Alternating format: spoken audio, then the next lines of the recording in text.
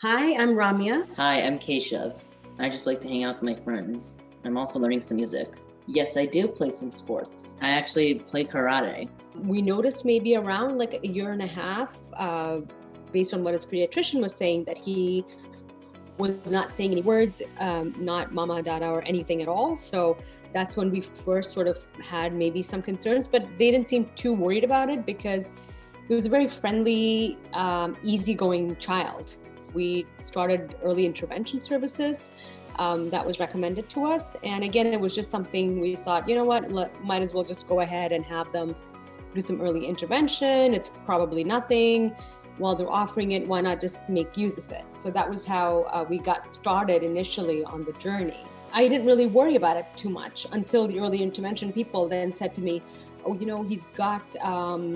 he's not picking up at the rate that we expect him to. So I know we started out thinking that everything will normalize pretty quickly, but then they said, well, we think there might be more to it, so you should probably get some more testing done and maybe have like a neurologist, speech therapist, have more people like take a look at him, take him to Children's Hospital. So we said, oh boy, that sounds like a lot to be doing, when we weren't concerned ourselves because he seemed to be a very cheerful, happy, easy kid. He was hitting Mary's milestones. So we knew he was progressing. We could see the progress. There was no regression. So we knew, rationally, that yes, things were falling in place. We were moving in the right direction. But there's always an irrational fear. What if we miscalculated this? What if the progress isn't fast enough? What if, there's still weird glances? There's still things we don't understand why he does it this way. So those doubts and fears did not really go away until third grade. Around that age of about I'm going to say like 6 or 7 is when they start realizing that the gap between what they know and what other peers of theirs know, they realize there's a big gap there, and they realize that there's something different. And so at that time, anxiety starts to set in, I feel, or that was a trajectory for us, and it might be a different trajectory for others. So it's important to say, don't be anxious, don't be worried, because different people learn things at different paces, and that's okay. And it felt like for a very long time, like I said, until third grade, it felt like, oh my God, we'll never catch up, because it felt like every time he made progress, then the curve would be, the typical kids would have a curve that was going up, and he would never quite where's he going to catch up? But then Mary had said this to us, at some point that's going to plateau, and when it plateaus, the catch up will happen. And that's exactly what did happen. Even though Mary said that to us, we never quite saw it until it actually did happen. He's got his strengths, he's got his weaknesses. So even today, reading comprehension or like his auditory processing is not his best. But at the same time, he's got other strengths. And so and from a young age, that's what we always used to say to him. We said, well, different people do things differently, and some people are good at some things and some people are good at different things. So you're great with maps, you're great with music, and you have math abilities. So you have things that you're really good at. I think it's very important to bolster the self-confidence, especially at the younger age, and say, everyone's different. Everybody likes different things. Like, I'm good with dancing, but your dad is good with music. It's fine. It's okay.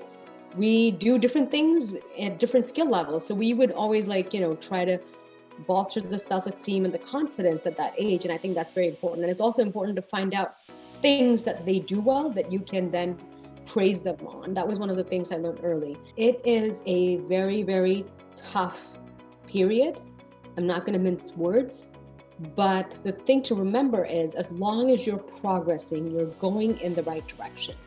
So you just have to keep putting one foot in front of another, and just know that the day will come when you're going to be in a similar situation, when everything is, more or less sorted out. Like, you don't have to worry about the day-to-day stuff.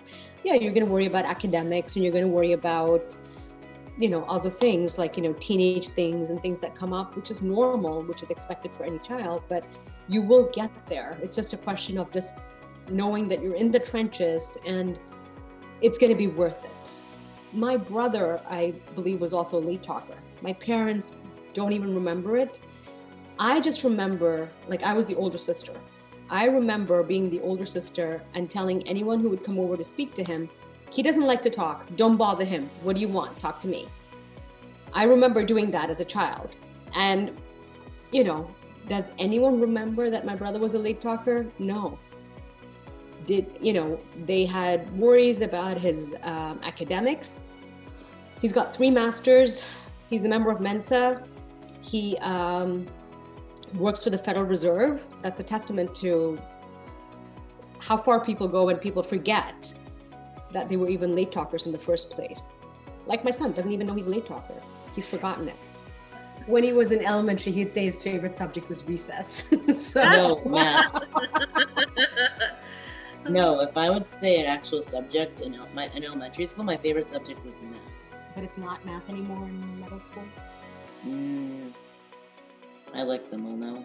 You like them all? That's the difference. Oh, okay. His conversational skills are... I would have never believed it had someone told me back then. I just would not have believed it. Are you excited about an upcoming train trip? What do you... Oh, wait, yeah. Taking a train ride. Where are we going?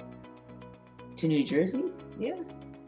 Wait, but were you thinking about going to Washington, D.C. on a train all the way from Boston?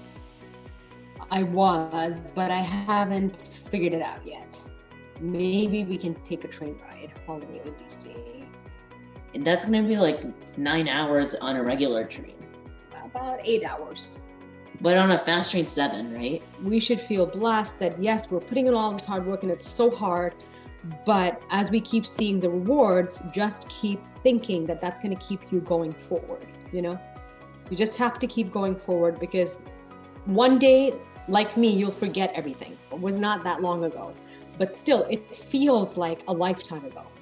But it only comes back to me when I get contacted by parents of other late talkers who've got 3-year-olds, 5-year-olds, 7-year-olds, and they're doing the work now. And yes, we went through all of that. We went through everything. Everything you've been through, we've been through it. It just doesn't appear like that now.